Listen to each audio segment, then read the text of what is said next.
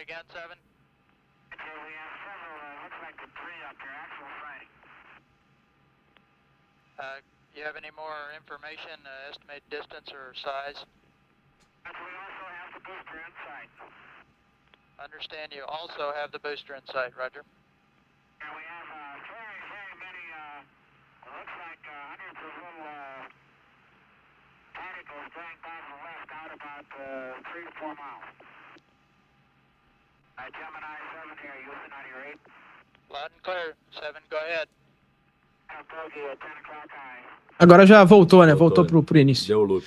Mas basicamente o que tá Ô, Rony, acontecendo, Rony, vocês viram o Rony. silêncio que fica, né? Rony, vou te falar uma coisa, não sei se o Daniel concorda comigo, se você concorda comigo, eu acho que a gente tá vivendo um momento histórico, a gente tá sendo, cara, privilegiado de estar vivendo esse momento, porque todo mundo que curte esse tipo de assunto, cara, a gente sempre teve aquela sensação, será que é verdade? É. Será que é isso? Sempre E foi aí- ridicularizado Exato. quem E acreditava. aí é de arrepiar você ouvindo esses áudios, cara, o silêncio aterrador, e o cara fala, repete, é isso mesmo que vocês estão falando? Não é alguma outra coisa? Não, eu tô vendo vários deles, é um propulsor e não sei. Ou seja, cara, os caras que são astronautas, são caras treinados, estão vendo uma parada que eles não sabem o que que é, numa missão que é super importante para a história da humanidade e que se houver realmente uma vida mais inteligente, uma vida alienígena, estaria monitorando o que a gente está fazendo, né? A nossa evolução. Você não concorda com isso, Rony? A gente está vivendo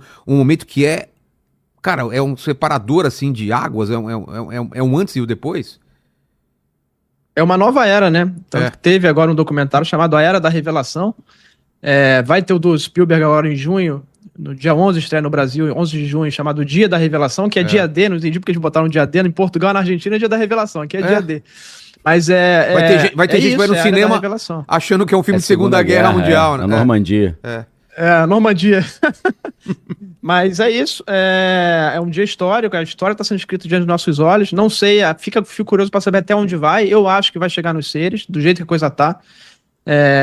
Muita gente tem falado, né, que a parte de dente não volta pro tubo, a parte de dente agora só vai sair. E vocês viram ali no áudio, né? Ali ele tá vendo, para quem não entendeu direito, ele tá vendo três fenômenos diferentes. Um é o propulsor, porque a nave que os astronautas vão, ela se separa da nave propulsora, o segundo estágio, então eles ficam vendo esse segundo estágio saindo, né? Você vê alguns itens brilhantes que podem ser ali, falam que pode ser neve refletindo no sol e etc, mas não tem dúvida, tem o chamado de buggy. O buggy no termo militar é o não identificado, é o invasor ali, desde a guerra eles usam esse termo buggy, né? Que seria o OVNI em termos militares ali, da Força Aérea, dos caras, desses astronautas por consequência. Então, agora, o que vocês vão ver para frente é muito mais estarrecedor do que esses áudios da missão Apollo. Porque o Elizondo, ele foi da Força Espacial, um dos denunciantes, junto com o David Grush, que é o denunciante, e falaram que eles tiveram acesso aos áudios e aos vídeos das missões do ônibus espaciais, do Shuttle, junto com os áudios e vídeos da Estação Espacial Internacional. E falam que esses OVNIs e seres chegaram do lado dos astronautas nesses eventos.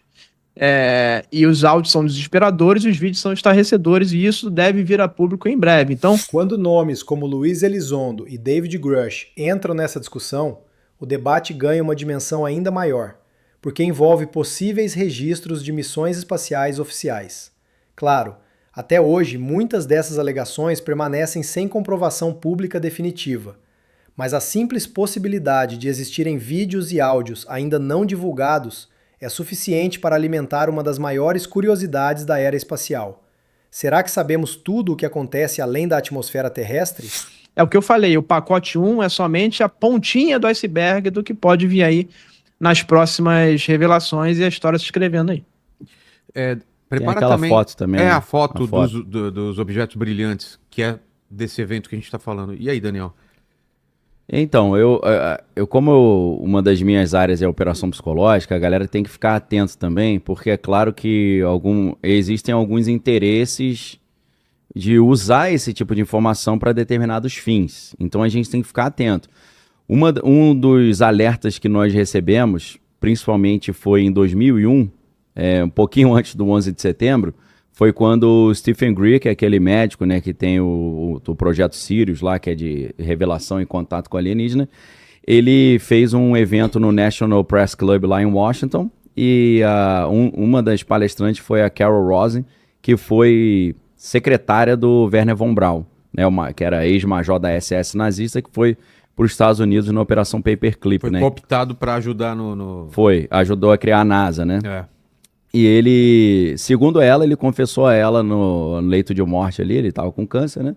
Ele confessou que viriam vários enganos ou vários inimigos construídos para criar um contexto favorável no planeta Terra para um governo único global, que era o interesse dessa elite lá. E se tinha alguém que manjava dessa elite, era o Wernher von Braun, né? Porque o cara estava no olho do furacão ali no que tange a documentos secretos e operações secretas. Porque todo o projeto espacial civil e militar norte-americano teve a influência dele. Então ele disse que o primeiro inimigo seriam os russos, depois seriam os muçulmanos, depois seriam os meteoros e o último inimigo criado seria os alienígenas. E esse seria o evento que traria ali um caos no mundo, favoreceria a implantação de um governo único global. Que é aquilo que a gente vê na ficção, né? Quando nós vemos na Independence Day, o mundo se une para lutar com os alienígenas, né?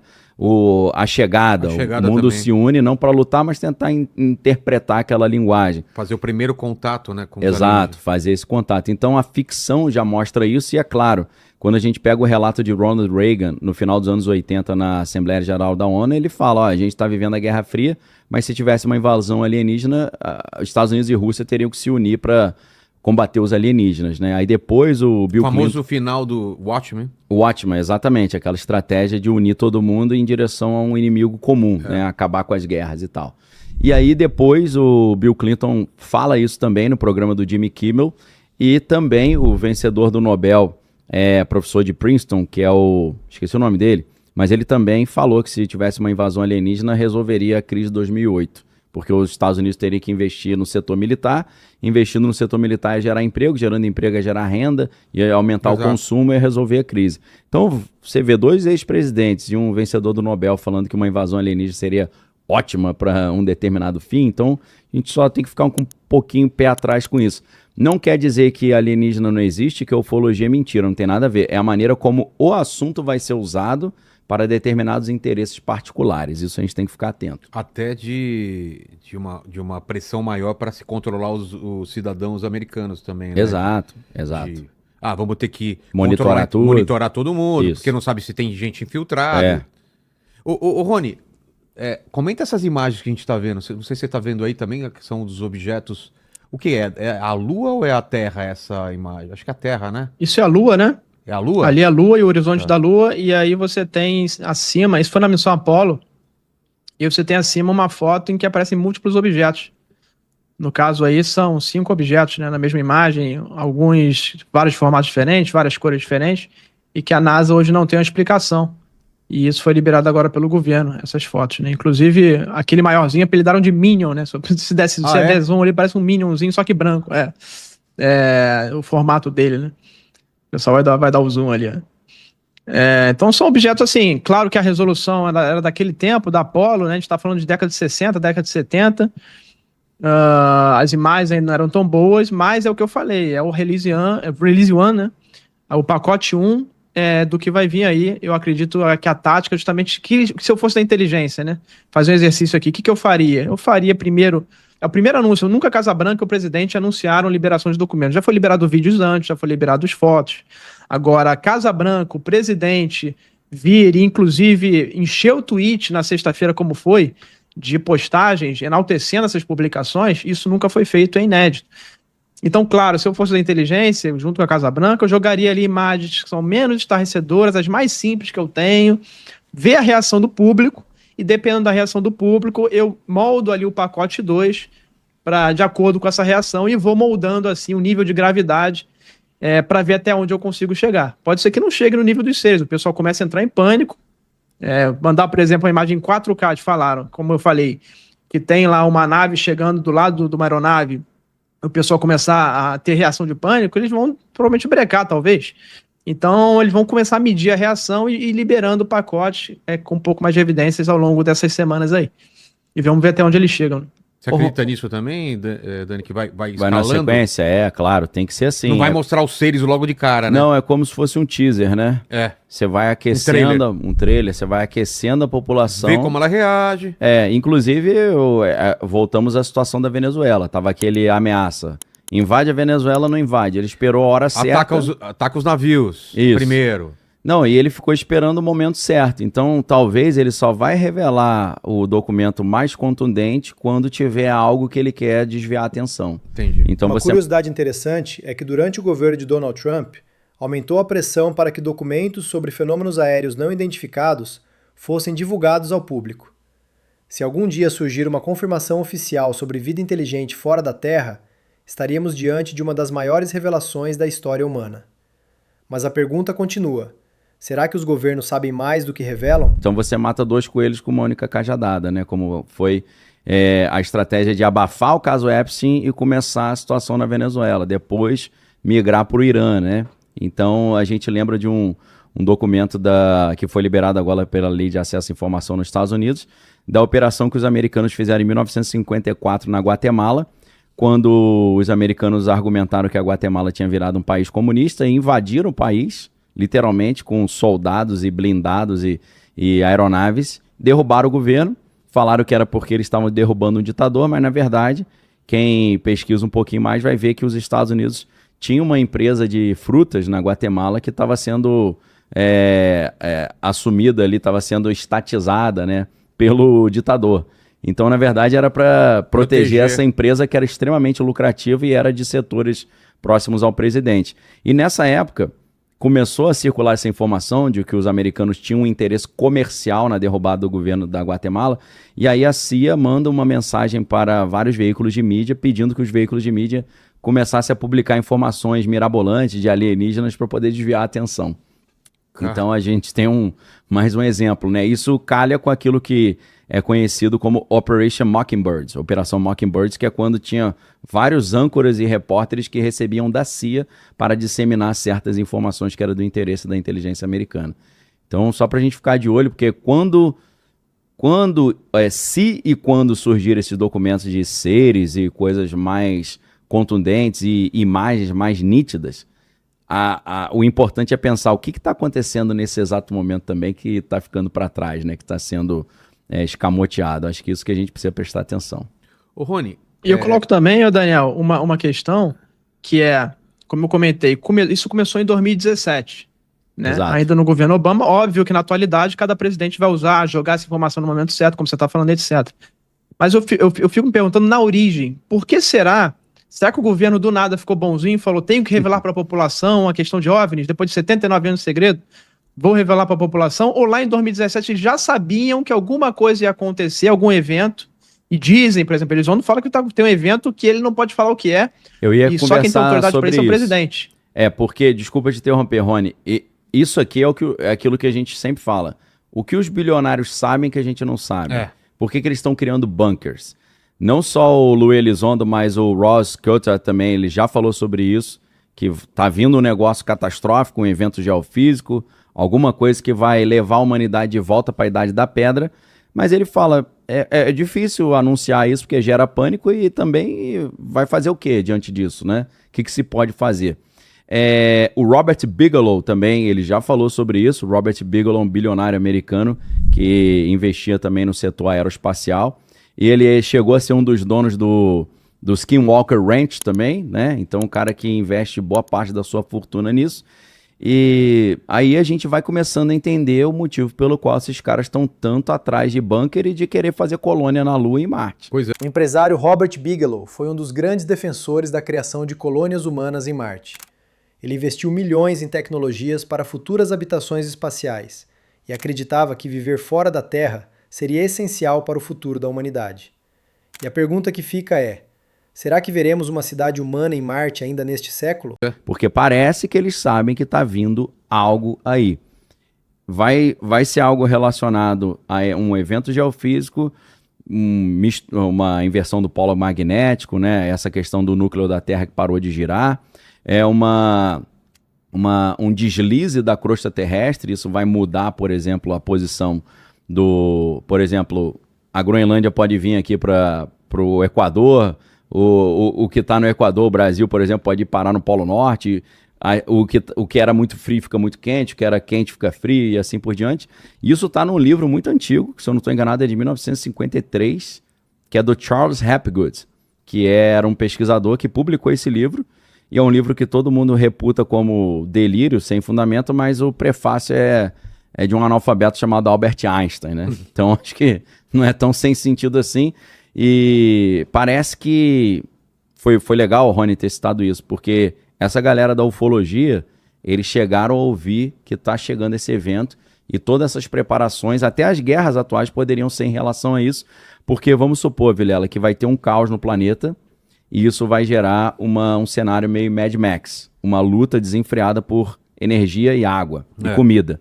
Então a ideia seria, eu já ataco a China, porque depois desse cataclisma, os que sobrarem vão disputar os recursos naturais. Claro. Então, em vez de eu esperar o cataclisma chegar para querer brigar pelos recursos, eu já destruo meu oponente agora.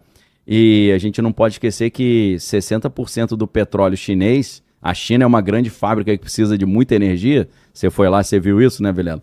Então, eles precisam muito de energia. Boa parte da energia da China vem do Oriente Médio. Você fecha o Estreito de Hormuz, você já está arrebentando com a China. Então, parece que os locais que são locais privilegiados, onde tem recursos naturais, e locais que, dentro dessas simulações, após esse cataclisma, ficariam protegidos, as potências já estão assumindo o controle desses locais. E aí, Vilela, eu já vou voltar a palavra ali, que eu quero ouvir mais o Rony também, e o nosso amigo Edson Boaventura.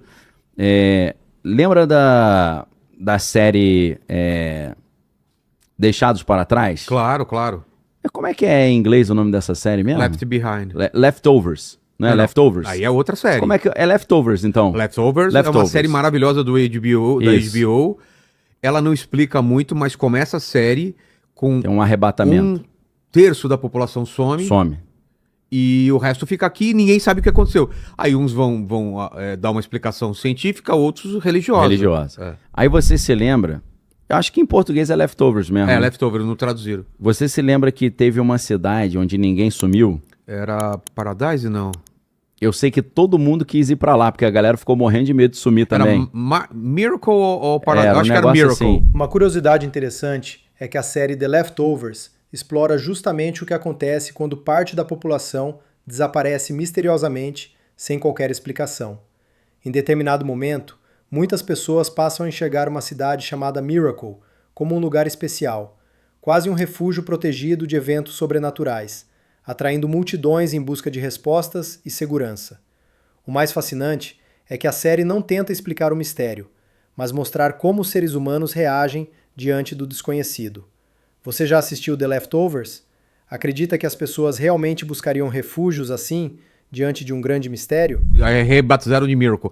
É a única cidade no mundo que onde não sumiu 100% ninguém. não sumiu. Não sumiu ninguém. Aí, quando descobriram isso, todo mundo quis ir pra lá. Tiveram que fechar a fronteira, Fechar, não não só é- entrava quem Porque eles não liberaram. cabe, né? Acaba com a cidade. Existe uma teoria altamente especulativa, agora eu peço licença à nossa audiência, que está dizendo que esses locais, não em que ninguém vai sumir, mas que vão ficar intactos nesse evento geofísico, esses locais já foram mapeados e eles estão começando a tirar combustível do mundo, impedir a livre circulação para que as pessoas não cheguem. vão para lá para atrapalhar os poderosos que vão estar lá. Tipo ilha? Ou...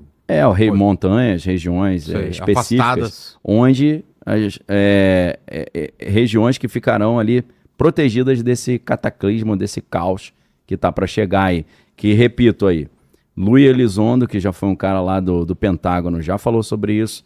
O jornalista Ross Coulthard já falou também.